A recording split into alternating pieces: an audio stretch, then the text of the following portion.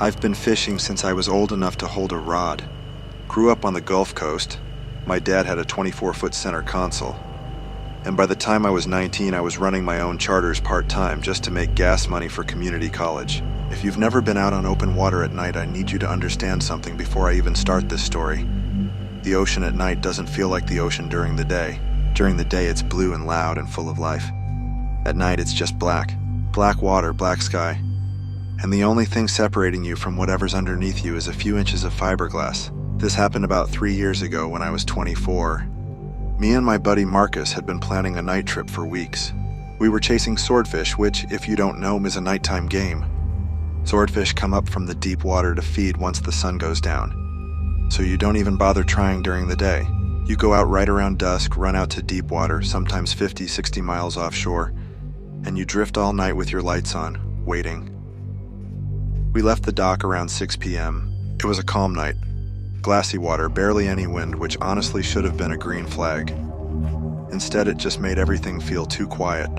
We ran out about 12 miles, not even that deep for sword fishing, but we'd heard from a guy at the marina that there'd been good bites closer in that week, so we figured we'd try it before pushing further out. By the time we cut the engine and started drifting, it was fully dark. No moon that night, or barely any. I remember it being one of those skies where you can't tell where the water ends and the sky begins. We had our underwater lights going, the green ones you use to attract bait, and we dropped our first bait down around 8:30. For the first hour, nothing. Just us, the hum of the trolling motor keeping us in position, and the slap of water against the hull. We were talking, joking around, normal stuff. Then Marcus goes quiet mid-sentence and says, "Did you hear that?" I hadn't heard anything. He said it sounded like something knocked on the hull. Not a wave, not the normal creak of the boat. He described it like someone had wrapped their knuckles on the fiberglass twice from underneath. I laughed it off, told him it was probably a fish bumping the hull, which happens more than people think, especially with lights in the water pulling bait fish in close. He didn't look convinced, but we let it go. About 20 minutes later, I heard it too. 2 knocks. Slow, deliberate. Not the chaotic thud of a fish hitting the boat. This was rhythmic, almost like someone testing to see if anyone would answer. I remember looking at Marcus, and neither of us said anything for a second. We just looked at each other. We shined a flashlight down into the water on the side where the sound came from. The green light from our fishing lamps only reached down maybe 15-20 feet before it just faded into nothing. Below that, it's just black. You can't see the bottom, you can't see anything. 12 miles offshore in that spot, the water underneath us was somewhere around 300 feet deep. We didn't see anything in the light. No shape, no fish, nothing. But right as we were about to turn the flashlight off, our reel started screaming. One of our rods was getting absolutely destroyed.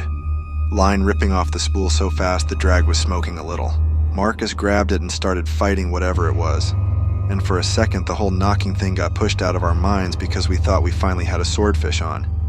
Except it didn't fight like a swordfish. Swords do this thing where they run, then stop, then run again. Kind of unpredictable. This thing just pulled. Steady, heavy, constant pressure, like it was swimming away from the boat in a straight line and didn't care what was on the other end of that line. Marcus is a strong guy, does construction for a living, and even he was struggling to gain any line back.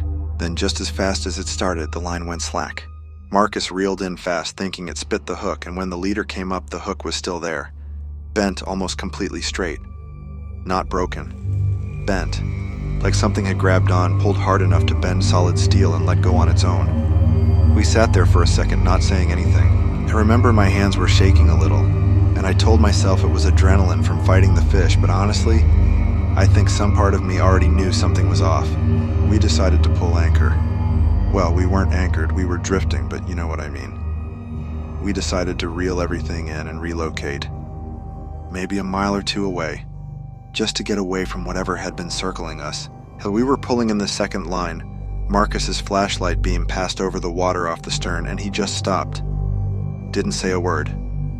Just stared. I asked him what was wrong, and he pointed. About 30 feet off the back of the boat, right at the edge of where our lights reached, there was something in the water. Not a fin, not a splash.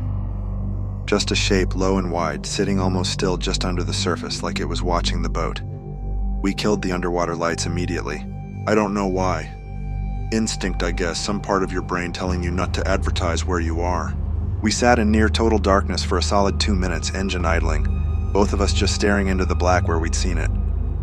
Then we heard the knocking again, except this time it wasn't on the side of the boat. It was on the transom in the very back, right where the swim platform is, right where you'd step down if you were getting in or out of the water. I gunned the throttle. Didn't discuss it with Marcus, didn't ask if he was ready. I just put the boat in gear and got us moving. We ran probably 4 or 5 miles further offshore before I felt okay enough to slow back down. And even then we didn't relight the underwater lamps for the rest of the night. We fished with just our deck lights on, using regular bait instead of the glow lures. And honestly, neither of us really wanted to be out there anymore. But running 12 miles back to the dock in the dark alone felt just as unsettling as staying. Nothing else knocked on the boat that night, no more line got ripped off.